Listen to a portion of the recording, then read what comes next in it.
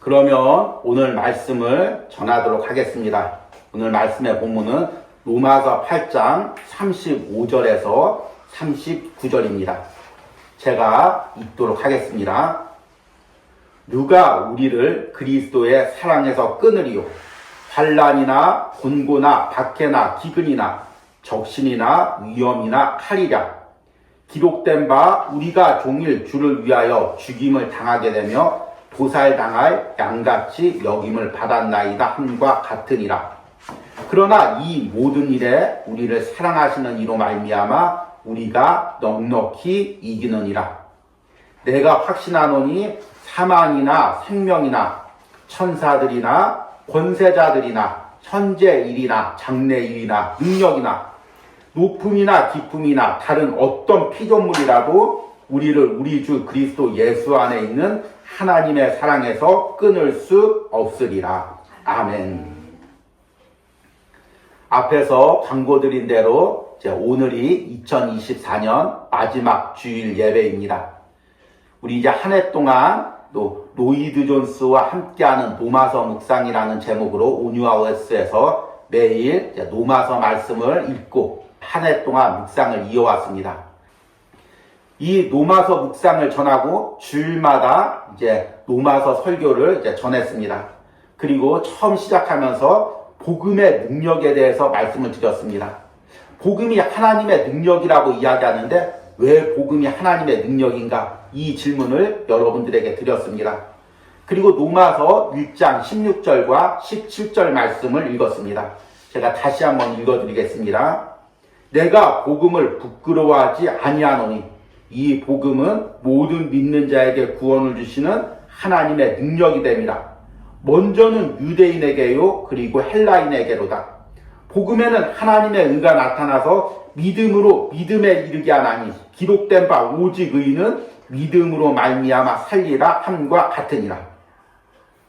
복음이 하나님의 능력이라고 16절에 이야기하고 그 복음이 하나님의 능력인 이유를 17절에 이야기합니다. 17절 초반에 복음에는 하나님의 의가 나타나서 믿음에서 믿음으로 이르게 하나니. 처음 믿음은 출발점이고 나중에 믿음은 도착점입니다. 같은 믿음이라는 단어를 쓰지만 이 믿음이 사실은 본질은 같지만 똑같은 믿음이 아니죠. 처음 믿음은 시작하는 믿음이고 끝에 믿음은 완성되는 믿음입니다. 그런데 이 모든 믿음의 경로를 어떻게 역사하냐면 복음이 하나님의 능력으로 역사한다는 것입니다. 그래서 복음이 하나님의 능력이라는 거죠. 그러니까 복음은 어떤 이론이나 이제 목사님이 이렇게 가르치는 교리가 아니라 실제 여러분들의 신앙생활에 여러분들의 인생을 붙들고 믿음에서 믿음으로 이끄는 하나님의 능력이라는 것입니다. 우리가 처음에는 이제 예수님 믿을 때 예수님이 하나님의 아들, 예수님 믿으면 천국까지 이 믿음으로 다 신앙생활을 시작했을 것입니다. 그런데 중간에 가다 보면 어려운 일도 많이 만나죠. 예수님 믿다 고난받았고 때로는 또 성도들과의 관계나 교회에서 시험이 들기도 하고 또 핍박 때문에 또 이제 중간에 포기하려고도 하고 세상 유혹 때문에 흔들리기도 합니다. 그럼에도 불구하고 어떻게 우리가 끝까지 신앙생활을 할 수가 있겠습니까? 하나님의 손이 그리스도 예수 안에서 성령의 인도대로 우리를 붙들고 가기 때문입니다. 이것이 복음의 능력입니다. 지금 여러분들이 살아가고 있는 실제 삶에 복음의 능력이 역사하고 있는 것입니다. 제가 지금 목회를 하고 있는 이 과정에도 복음의 능력이 역사하고 있는 것입니다. 그렇지 않는다면 말씀을 전할 수도 없죠. 여러분들이 예배를 드릴 수도 없고 신앙생활을 할 수도 없습니다. 아마 다 세상으로 나가겠죠. 그런데 복음의 능력이 여러분을 잡고 붙들고 끌고 가고 있는 것입니다. 그러니까 이 복음의 능력이라는 것은 하나님의 역사라는 것은 추상적인 것이 아닙니다. 지금 실제 내 삶에서 맞닥뜨리고 경험하고 누리고 있는 것입니다. 그것이 무엇인지를 구체적으로 우리가 1년 동안 노마서 묵상을 통해서 이제 들었습니다. 그 능력이 지금 우리와 함께하고 계십니다. 하나님께서 미리 우리 아시고 미리 택하시고 부르시고 의롭다 하시고 나중에 천국에서 영화롭게 할 때까지 복음의 능력으로 지금 내 삶을 인도하고 계십니다. 여러분들이 이것을 확신하시기 바랍니다. 그 확신에 대해서 이야기하고 있는 것이 노마서 8장입니다. 로마서 8장을 이제 많이 설교했어야 되는데 또 성탄절 앞두고 성탄절에 관한 말씀을 전하다 보니까 많이 전하지 못했습니다. 그래서 오늘은 로마서 8장 후반 마지막 구절의 말씀을 통해서 나를 이기게 하시는 하나님의 능력이라는 제목으로 로마서 8장을 이제 요약해서 정리해서 말씀을 드리려고 합니다. 로마서 8장은 복음의 능력에 대한 이 확신을 여러분들에게 심어주고 있습니다. 여러분들 신앙이 흔들릴 때마다, 믿음이 흔들릴 때마다 이 로마서 8장을 읽으면 다시금 확신을 누립니다. 아마 여러분들이 이제 2달 가까이, 3달이 거의 돼가죠. 3달 가까이 로마서 묵상을 하면서 이 확신을 누렸기를 소망합니다. 그런데 우리가 이 로마서를 온전히 이해하기 위해서는 당시 이 로마서가 쓰여진 배경을 여러분들이 이해해야 됩니다. 당시에 지금 바울이 로마에 있는 초대교인들에게 이 로마서를 보내면서 이 로마서를 읽고 복음에 대한 확신을 가지기를 원합니다. 그런데 당시에 이 로마에 있는 초대교인들은 여러 가지 어려움에 직면하고 있었습니다. 크게는 2가지에 직면하고 있었습니다. 첫 번째는 이제 정치적인 핍박입니다. 당시에 로마 사회에서는 황제 숭배라는 것이 있었습니다. 황제를 신으로 생각하고 숭배라는 것입니다. 그런데 모든 사람들이 황제에게 숭배하는데 기독교인들만이 숭배를 하지 않는 것입니다. 이것은 종교적인 이유인데 받아들이기로는 정치적인 이유로 받아들입니다. 그러니까 신앙 때문에 황제의 동상에게 숭배하지 않는데 황제의 입장에서는 나에게 숭배를 하지 않아? 나를 반대하는 세력이야? 이렇게 생각하고 핍박을 하게 되는 것입니다. 그래서 당시의 초대교인들은 많은 핍박을 당하고 심지어는 재산을 빼앗기고 생명의 위협을 느끼고 실제로 이제 원형 경기장에서 이제 사자의 밥이 되거나 십자가에 거꾸로 매달려서 죽임을 당했습니다. 그러니 초대교인들이 매 순간 두렵죠. 내가 이 시험을 이길 수가 있을까? 지금은 단순히 황제에게 절하지 않는다고 어떤 핍박만 당하고 있지만 나중에 재산을 빼앗길 때 내가 끝까지 신앙을 지킬 수가 있을까? 내가 나중에 사자굴에 들어가게 될 때 그때 신앙을 지킬 수가 있을까? 생명의 위협이 와도 신앙을 지킬 수가 있을까? 자신이 없는데, 나는 그 정도 신앙은 없는데, 나는 그저 교회 나와서 천국 간다고 해서 교회 나왔는데 이 정도 핍박이 올 줄 몰랐는데 내가 감당할 수 있을까? 이런 이제 어려움과 흔들림이 있었습니다. 2번째 직면한 위험은 당시의 로마의 타락한 문화였습니다. 지금의 이제 관점에서도 보면 로마의 이제 성적인 문화, 타락한 문화는 굉장히 이제 극도로 이제 수위가 높았습니다.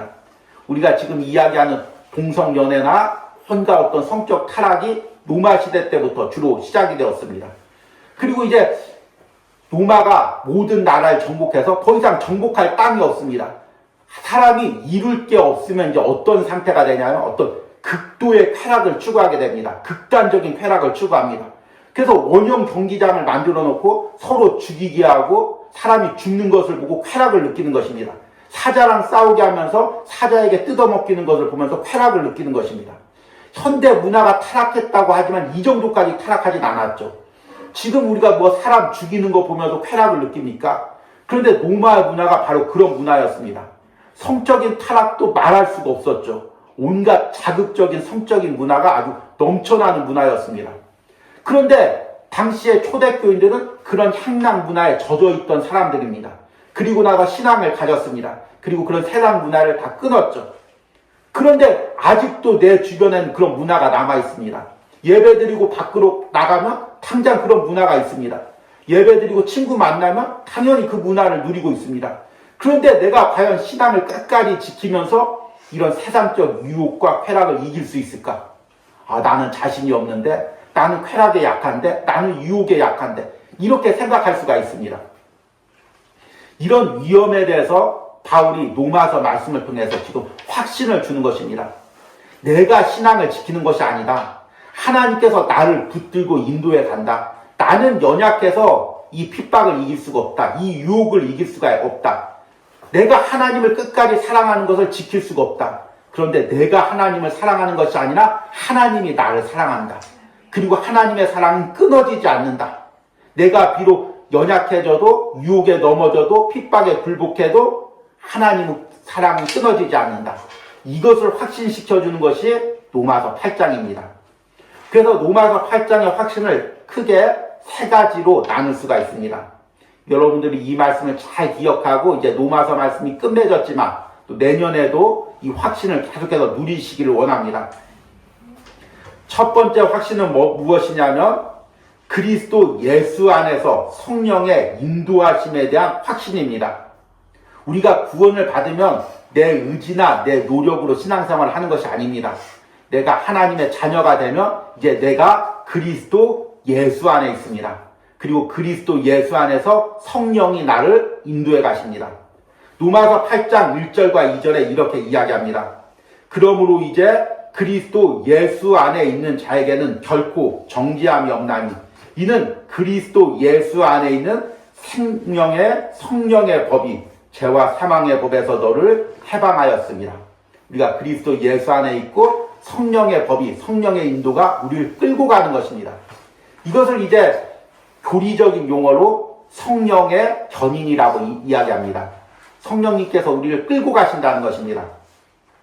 이것을 이해하기 쉽게 보면, 이미지로 그리면 견인차가 이제 시동이 고장난 차를 끌고 가는 모양을 이제 떠올리면 됩니다.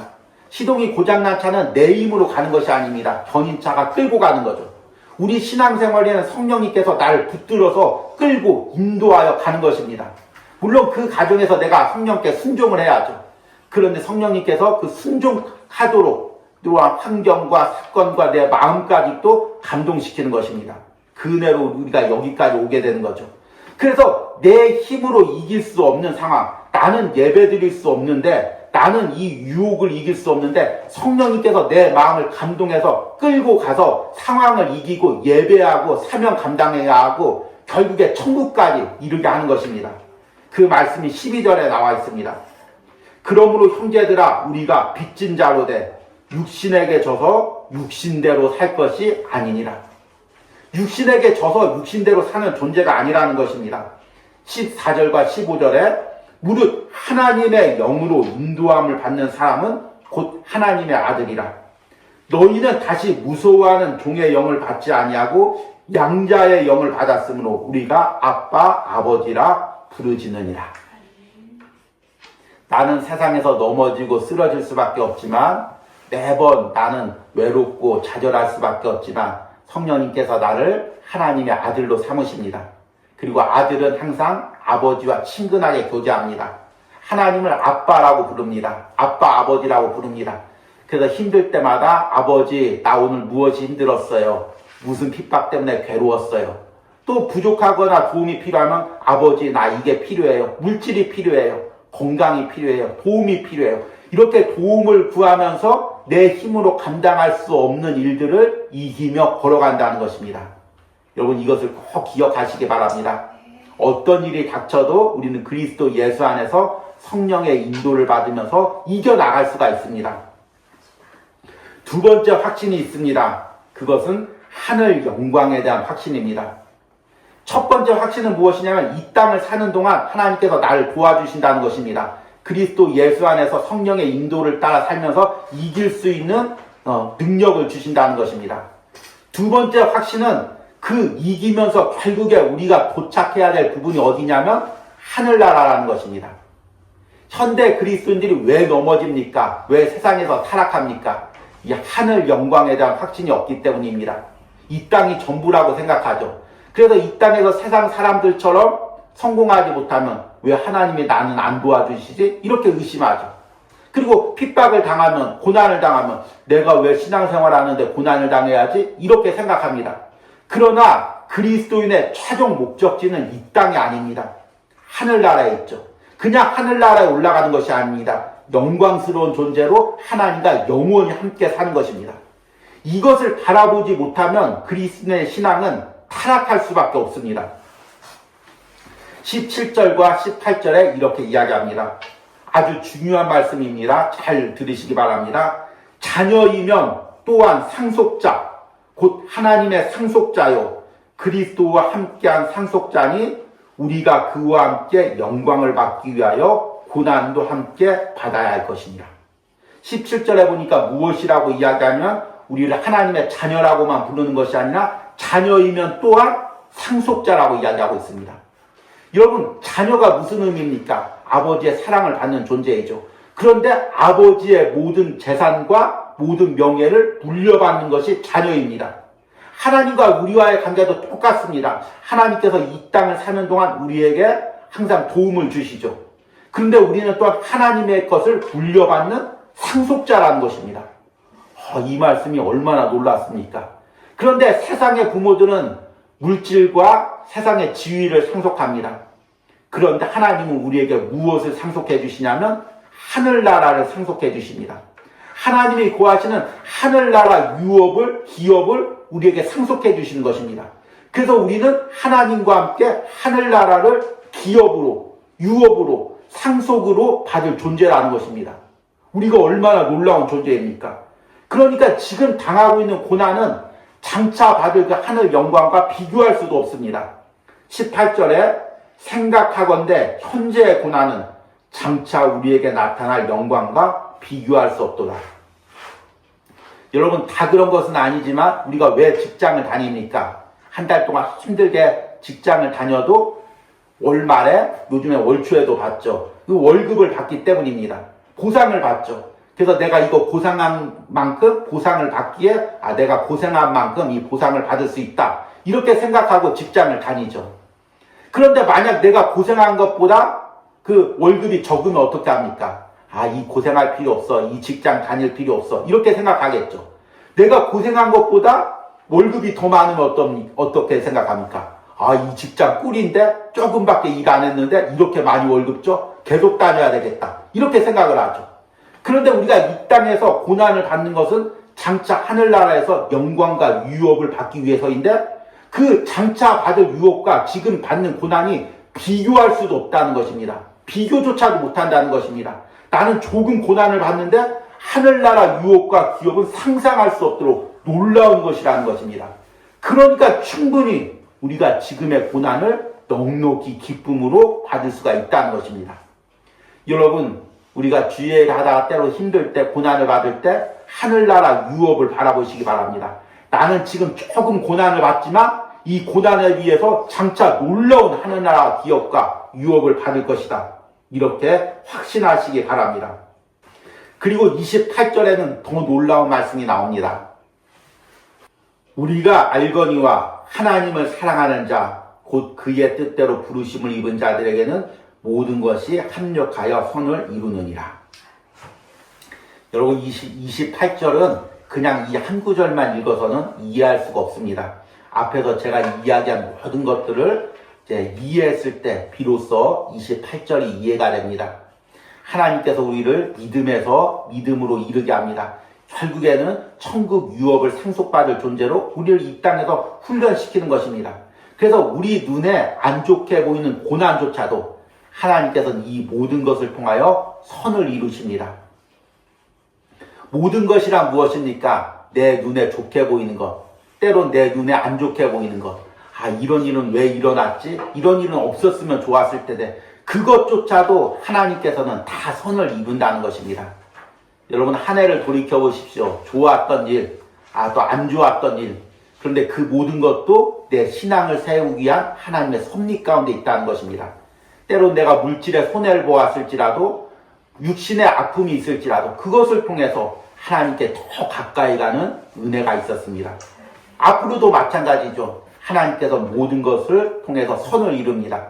저는 목회를 감당하다 보면 또 인간의 눈에 좋아 보이는 모습도 있습니다. 또 인간의 눈에 좀 안타까워 보이는 모습도 있습니다. 그러나 확실한 것은 이 모든 것을 통해서 하나님께서 합력하여 선을 이루신다는 것입니다. 여러분들 이것을 확신하시기 바랍니다. 마지막 확신은 하나님의 사랑에 대한 확신입니다. 우리 이제 특별히 2주 동안 이 31절과 38절 말씀을 통해서 어떤 것도 하나님의 사랑을 끊을 수 없음을 말씀을 통해서 확신을 했습니다. 특별히 이제 오늘 읽은 35절과 39절에 보니까 여러 가지 상황 속에서도 하나님의 사랑을 끊을 수 없다고 이야기합니다. 35절에 누가 우리를 그리스도의 사랑에서 끊으리요? 그리고 나서 여러 가지 사건을 이제 나열합니다. 환란이나 곤고나 박해나 기근이나 적신이나 위험이나 칼이랴. 이 모든 것은 우리가 당하고 있는 모든 상황을 나열한 것입니다. 이 중에서 나열 안 되는 부분도 있지만 그것까지 또 다 포함하는 것입니다. 우리가 모든 어떤 어려움을 당해도 그것이 하나님의 사랑을 끊을 수가 없다는 것입니다. 왜 그럴까요? 하나님이 창조주이시기 때문입니다. 이제 1월 1일부터 우리가 창세기 1장부터 묵상하면서 여러분들이 이제 적용하고 깨달아야 될 것이 바로 그것입니다.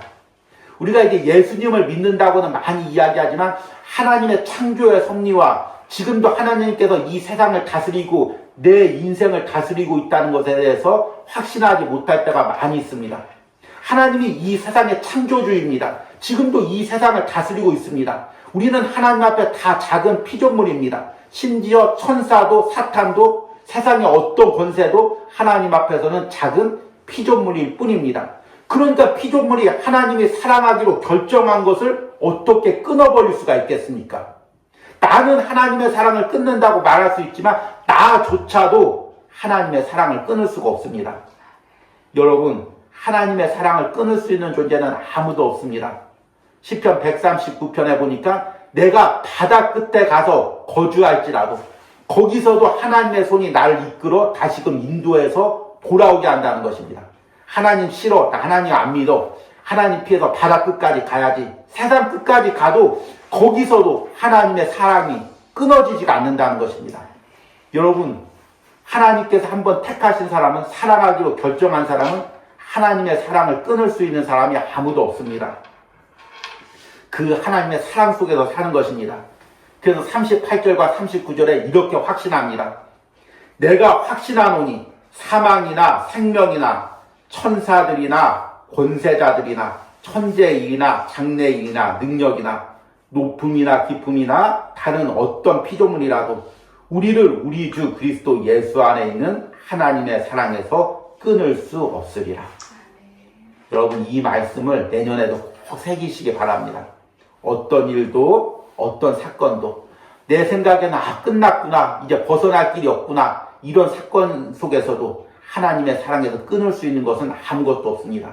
그래서 그리스도인은 또 살아가는 것입니다. 또 살아갈 능력이 생기는 것입니다. 또 살아갈 은혜가 부어지는 것입니다. 이제 말씀을 맺으면서 내년에 어떤 말씀을 붙들고 온유하우스를 인도할까, 또 우리 가정에 어떤 말씀을 붙들고 살아갈까 사모님하고 기도하면서 고민하는데 갑자기 로마서 8장 37절 말씀이 떠올랐습니다.